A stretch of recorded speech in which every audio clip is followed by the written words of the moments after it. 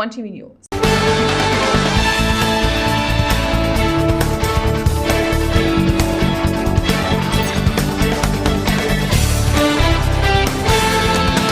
రంగారెడ్డి జిల్లా కల్వకుర్తి నియోజకవర్గం ఆమనగల్లు మున్సిపాలిటీలోని 12-13వ వార్డులో ఎమ్మెల్యే కసిరెడ్డి నారాయణ రెడ్డి 10 లక్షల నిధులతో ఏర్పాటు చేసిన హై మాస్ట్ లైన్లను municipal chairman Patya Nayak, vice chairman Talloju Geetha ఆచార్యతో కలిసి ప్రారంభించారు.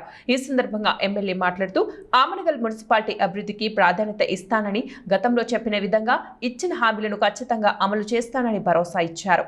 ఏది ఏమైనా చైర్మన్ కాంగ్రెస్ పార్టీకే ఉన్నందున ముఖ్యమంత్రిని ఒప్పించి అధిక నిధులు తీసుకుని వచ్చి ఆమనగల్ను అభివృద్ధి చేస్తానని కసిరెడ్డి నారాయణ రెడ్డి అన్నారు. ఈ కార్యక్రమంలో కౌన్సిలర్లు, కమిషనర్ శంకర్ నాయక్, మాజీ vice chairman Keshavulu, block Congress అధ్యక్షులు యాటా నరసింహ పాల్గొన్నారు. ఈ 12వ వార్డులో ఇప్పుడు మనం ఉన్నాం. ఇక్కడ ఐమాక్స్ లైట్ ఏర్పాటు చేయడం జరిగింది. రీసెంట్గా ఒక 15 కోట్ల రూపాయలు టీయూఎఫ్ఐడిసి నుంచి శాంక్షన్ చేయించడం జరిగింది. ఆ వర్క్స్ కూడా టెండర్ ప్రాసెస్ అయిపోయింది కంప్లీట్గా. మరి ఈ పట్టణం సుందరీకరణ కావచ్చు, లేకపోతే శుభ్రంగా ఉండడానికి కావచ్చు, కన్వీనియంట్గా ఉండడానికి సీసీ రోడ్లు, యూజీడీలు, తర్వాత పార్క్స్ సంబంధించి, తర్వాత షాపింగ్ కాంప్లెక్స్ గురించి వీటన్నిటి కూడా మేము డబ్బులు 15 కోట్ల రూపాయలు అలాట్ చేయడం జరిగింది. వారంలో 2 సార్లు 3 సార్లు, కనీసం 2 రోజులు 3 రోజులు ఇక్కడ ఉన్నటువంటి మీ వార్డ్స్లల్లో ఏ పార్టీ నుంచి ఉన్నా కూడా మీ వార్డ్స్లల్లో తిరిగి అక్కడ ఉన్నటువంటి సమస్యలను నా దృష్టికి తీసుకొచ్చినా కూడా నాకు అవకాశం ఉన్నంత వరకు గౌరవ ముఖ్యమంత్రి గారితో డబ్బులు ఇక్కడ అంటే ఆ ఫండ్స్ తెప్పించి దీన్ని డెవలప్ చేయడానికి అవకాశం ఉంది. మన ప్రభుత్వం ఉంది, కాంగ్రెస్ ప్రభుత్వం ఉంది. రేవంత్ ఇచ్చిన మాట ప్రకారం కట్టుబడి మాకు చాలా తక్కువ సీట్లు ఇచ్చినా కూడా, ఒకటే సీటు ఇచ్చిన మన పార్టీ నుంచి చైర్మన్ కూడా కాంగ్రెస్ నుంచి అయి ఉన్నాడు. పత్తినాయక పట్టణానికి ఖచ్చితంగా నా సహకారం ఉంటుంది. డెవలప్ చేయాలన్నా కూడా మీరు ఇప్పుడు ఎవరైనా గెలిచిండొచ్చు, ఏ పార్టీ నుంచి అయినా గెలిచిండొచ్చు. డబ్బులు ఎక్కడి నుంచి తీసుకొస్తారు, నేను అదే మాట్లాడాను. కానీ అది మాట్లాడిన ఎవరు విన్నట్టుగా లేరు. వాటన్నిటి గురించి ఆలోచన కూడా చేసినట్టు లేరు. గెలిచినా ఎక్కడికి వెళ్ళి తీసుకొస్తారు? రేవంత్ రెడ్డి గారు ఇవ్వాల్సిందే, ఈ ప్రభుత్వం ఇవ్వాల్సిందే, నన్ను దాటేసి రావాలి. అయినా కూడా నేను చెప్తా ఉన్నా 15 కోట్ల రూపాయలు ఇప్పుడు వస్తూనే ఉంది. అవి అవుతాయి. ఇంకా కావాల్సిన మార్కాపురం జిల్లా నల్లమల అటవీ ప్రాంతంలో ప్రసిద్ధి చెందిన ఇష్టకామేశ్వరి అమ్మవారి దర్శనం మళ్లీ ప్రారంభమైంది.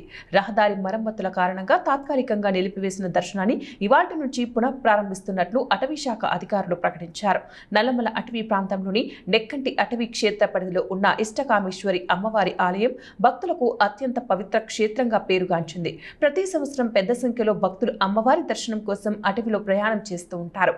అయితే ఆలయానికి వెళ్లే రహదారి దెబ్బతినడంతో అటవీ శాఖ అధికారులు జనవరి 13వ తారీఖు నుంచి దర్శనాన్ని తాత్కాలికంగా నిలిపివేశారు. రహదారి మరమ్మతు పనులు చేపట్టి భక్తుల భద్రతకు ప్రాధాన్యతనిచ్చారు. ప్రస్తుతం పనులు పూర్తి కావడంతో ఇవాల్టి నుంచి అమ్మవారి దర్శనం పునః ప్రారంభిస్తున్నట్లు ఫారెస్ట్ రేంజ్ అధికారి హరి తెలిపారు. భక్తులు అటవీ శాఖ నిబంధనలు పాటిస్తూ అనుమతులతోనే ఆలయానికి వెళ్లాలని సూచించారు. నల్లమల అటవీలో ఉన్న ఈ పవిత్ర క్షేత్రం మళ్లీ తెరుచుకోవడంతో భక్తుల్లో ఆనందం వ్యక్తమవుతోంది.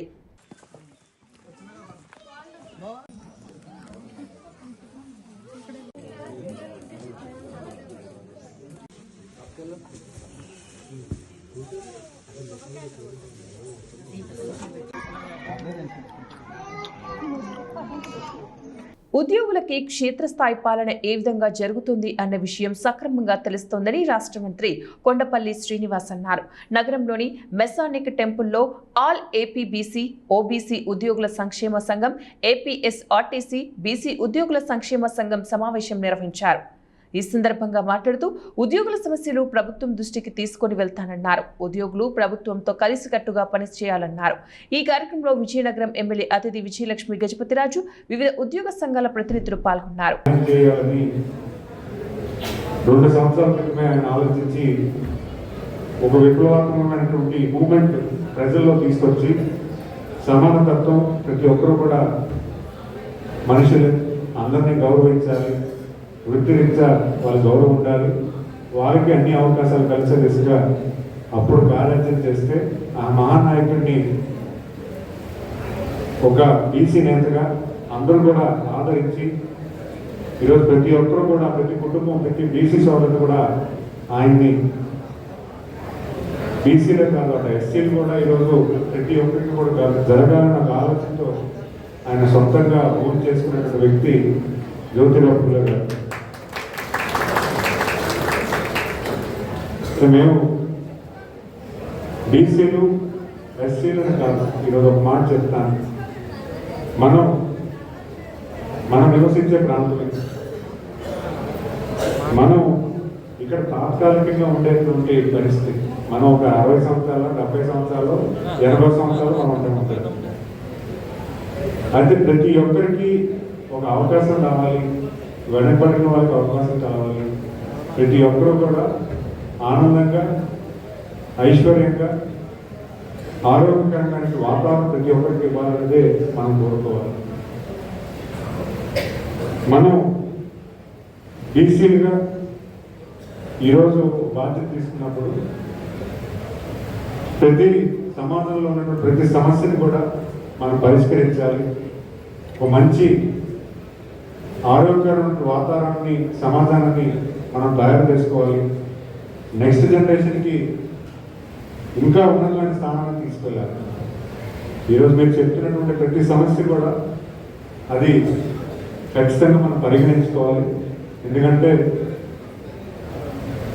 ఒక 75 సంవత్సరాల క్రితం ఉన్నటువంటి రాజ్యాంగం అందరికీ కూడా సమానత్వం తీసుకురావాలి. ప్రతి ఒక్క అవకాశానికి కూడా ఒక మంచి కార్యాచరణ చేయాలి.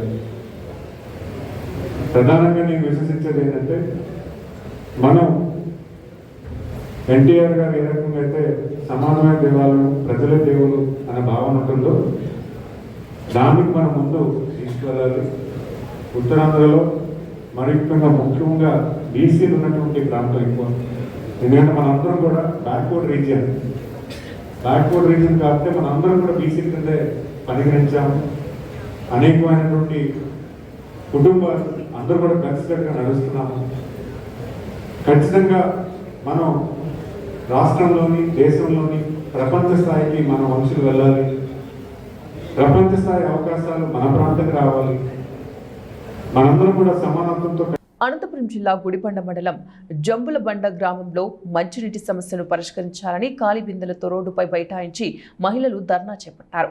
నెలలు తరబడి మంచినీటి సమస్యపై అధికారులకి ఫిర్యాదు చేసినా పట్టించుకోలేదని ఆవేదన వ్యక్తం చేశారు. కనీసం మంచినీళ్లు కూడా ఇవ్వలేని దుస్థితిలో ఈ ప్రభుత్వం ఉందా అని ప్రశ్నించారు. పోలీసులు, అధికారులు రోడ్డుపై నిరసనను విరమించాలని ఎంత నచ్చ చెప్పినా కూడా మహిళలు తమకు నీటి సమస్య పరిష్కారానికి తగిన మార్గం చూపాలన్నారు.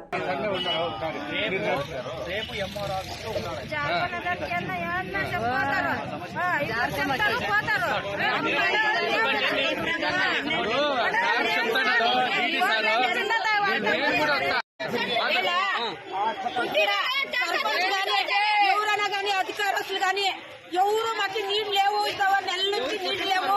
మేము దేవుడు కూడా మేము చేసేదాన్ని కూడా ఇది లేకుండా అయిపోయింది మా పరిస్థితి. మాకు నీళ్ళు లేవు సార్. ఎవరు వచ్చి మాకు నీళ్లు ఇచ్చేస్తారు, వాళ్ళకి మేము ఇచ్చేసుకుంటాము. అంతవరకు మేము సైట్ చేస్తూనే ఉంటాము. చిత్తూరు జిల్లాలో విషాద ఘటన చోటు చేసుకుంది. 4 రోజుల కిందటే వివాహం చేసుకున్న ఇంట్లో విషాదం నెలకొంది. యువకుడు చెరువులో పడి ఆత్మహత్యకు పాల్పడడంతో కుటుంబ సభ్యులు, బంధువుల రోదనలతో గ్రామంలో విషాద ఛాయలు అలుముకున్నాయి. స్థానికులు, పోలీసుల కథనం మేరకు బైరెడ్డిపల్లి మండలం కమ్మనపల్లె పంచాయతీ జోగిండ్లకు చెందినటువంటి నరసింహులు కుమారుడు జె మురళి స్థానిక సిఎస్సి సెంటర్ నడుపుతూ ఉన్నాడు. 4 ఏళ్ల కిందటే బంధువుల అమ్మాయిని వివాహం చేసుకోగా కొన్నాళ్ళకి వారి మధ్య మనస్పర్ధలు ఏర్పడి విడిపోయారు. అనంతరం విడాకులు తీసుకున్నారు. 2026 ఫిబ్రవరి 25న ఇచ్చాపురానికి చెందిన సుజాతతో వివాహం జరిగింది.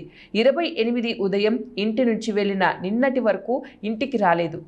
కుటుంబ సభ్యులు ఆదివారం ఉదయం పోలీసులకు ఫిర్యాదు చేశారు. బైరెడ్డిపల్లె పెద్ద చెరువులో చేపలు పట్టే వ్యక్తులు ఒడ్డుపై చెప్పులు ఉండటంతో గుర్తించి సమాచారం అందించారు. అనంతరం చెరువులో గాలించి మృతదేహాన్ని ఒడ్డుకు తీశారు. కుటుంబీకుల ఫిర్యాదు మేరకు కేసు దర్యాప్తు చేస్తున్నట్లు ఎస్ఐ చందన ప్రియ తెలిపారు. ముఖ్యమంత్రి సహాయ నిధితో నియోజకవర్గ ప్రజలకు ఆదుకోవడమే లక్ష్యమని నల్లారి అన్నారు. అనుకోకుండా జరిగే ప్రమాదాలు, అనారోగ్యంతో బాధపడుతూ ప్రైవేట్ హాస్పిటల్స్ లో వైద్యం పొంది ముఖ్యమంత్రి సహాయ నిధి కింద దరఖాస్తు చేసుకున్న వారికి చెక్కులు అందజేశారు. తెలుగుదేశం పార్టీ జాతీయ ప్రధాన కార్యదర్శి పీలేరు నియోజకవర్గ శాసనసభ్యులు నల్లారి కిషోర్ కుమార్ రెడ్డి మాట్లాడుతూ నియోజకవర్గ పౌరుల ఆరోగ్య సమస్యలు మరియు వారి ఆర్థిక పరిస్థితులను దృష్టిలో ఉంచుకుని ముఖ్యమంత్రి సహాయ నిధి నుంచి ఆర్థిక సహాయం అందేలాగా కృషి చేయడమే తమ లక్ష్యమని ఎమ్మెల్యే పేర్కొన్నారు. పీలేరు నియోజకవర్గ నలుమూల నుంచి ముఖ్యమంత్రి సహాయ నిధి కింద దరఖాస్తు చేసుకున్న అందరికీ 64,11,890 రూపాయల చెక్కులను అందరికీ అందజేశారు. ప్రజలకు అన్ని విధాలుగా అండగా ఉండి కష్టాల్లో ఉన్న వారికి ఆదుకోవడంతో పాటు వారి కుటుంబానికి అండగా నిలబడతామని ఎమ్మెల్యే భరోసా ఇచ్చారు.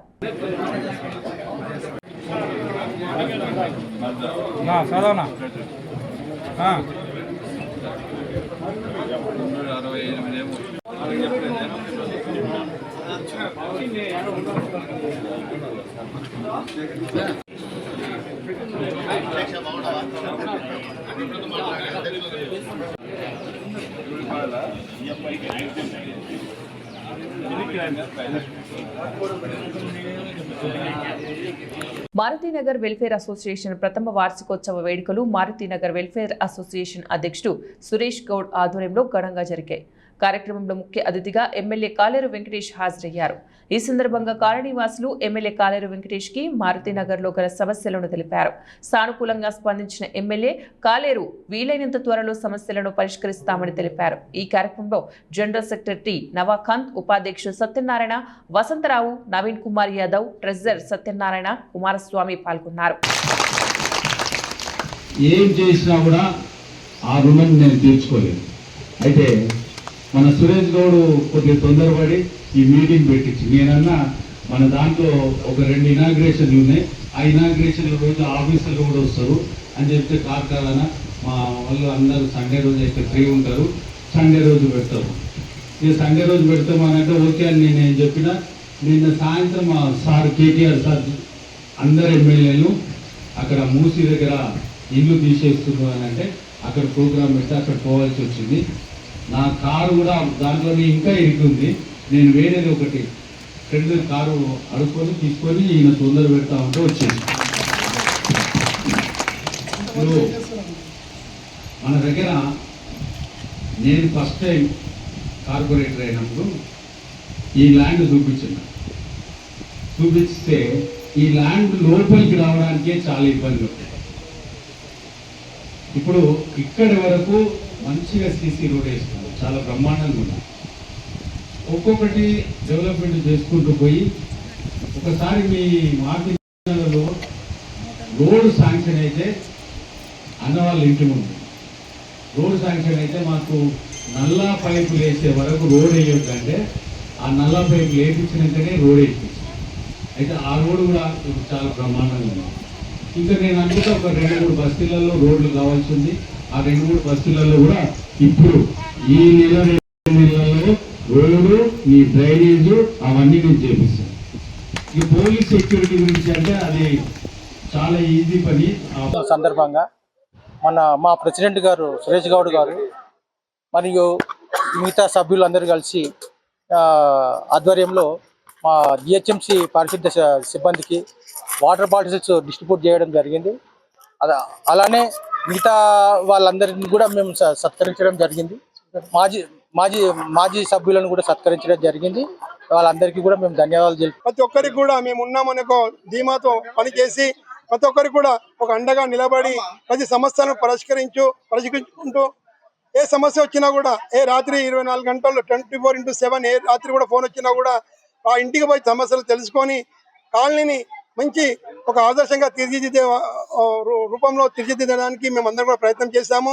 దీనికి కమిటీ సభ్యులు అందరూ కూడా జనరల్ సెక్రటరీ కానీ, వైస్ ప్రెసిడెంట్ కానీ, అడ్వైజర్స్ కానీ, ఆర్గనైజ్ సెక్రటరీలు కానీ, లేకపోతే కమిటీ ఎగ్జిక్యూటివ్ మెంబర్స్ కానీ, లేకపోతే లీగల్ అడ్వైజర్స్ కానీ అందరూ కూడా తన వంతు పనిచేస్తూ కమిటీలో అందరం కూడా ఐక్యమత్యంగా పనిచేసి మారుతినగర్ని ఒక మంచి ఆదర్శ కాలనీగా తీర్చిదిద్దడానికి సహకరించినందుకు అందరూ కూడా పేరు ధన్యవాదాలు తెలియజేస్తున్నాము.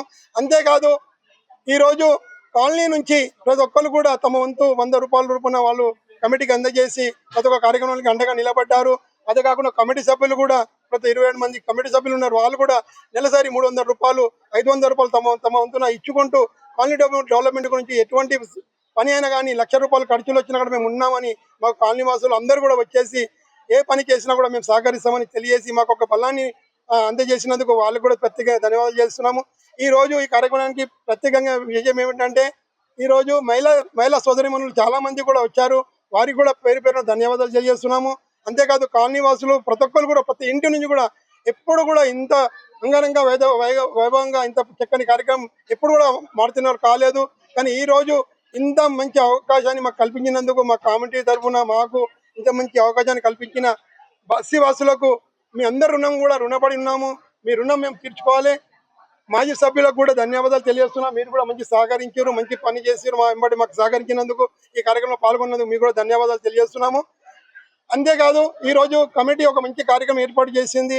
ఏదైతే రానున్న కాలంలో ఎండాకాలం ఉంది కాబట్టి వాళ్ళకు కూడా మంచి కార్యక్రమం చేపట్టాలి. ఎందుకంటే ప్రజల మధ్యలో ఉండి ఎంతో మంది సేవ చేస్తున్నారు. డిపార్ట్మెంట్ వాళ్ళు ఉన్నారు, మున్సిపల్ వాళ్ళు ఉన్నారు, ఎలక్ట్రికల్ డిపార్ట్మెంట్ వాళ్ళు ఉన్నారు, వాటర్ డిపార్ట్మెంట్ వాళ్ళు ఉన్నారు, మీడియా ప్రింట్ వాళ్ళు ఉన్నారు. అందరూ కూడా పనిచేస్తారు కాబట్టి వారు కూడా ఏదైనా సాయం చేయాలని ఆలోచించుకుని ఒక వాటర్ బాటిల్ ఏదైతే కూలింగ్ వాటర్ బాటిల్స్ ఉన్నాయో 100 బాటిల్ తెచ్చి ఈరోజు కమిటీ ద్వారా మేము డిపార్ట్మెంట్ వాళ్ళకు అందజేయడం కూడా జరిగింది. అంతేకాదు కమిటీ వాసులకు మరియు బస్తీ వాసులకు వచ్చిన అతిథులకు అందరూ కూడా అన్నదాన కార్యక్రమం ఏర్పాటు చేయడం జరిగింది.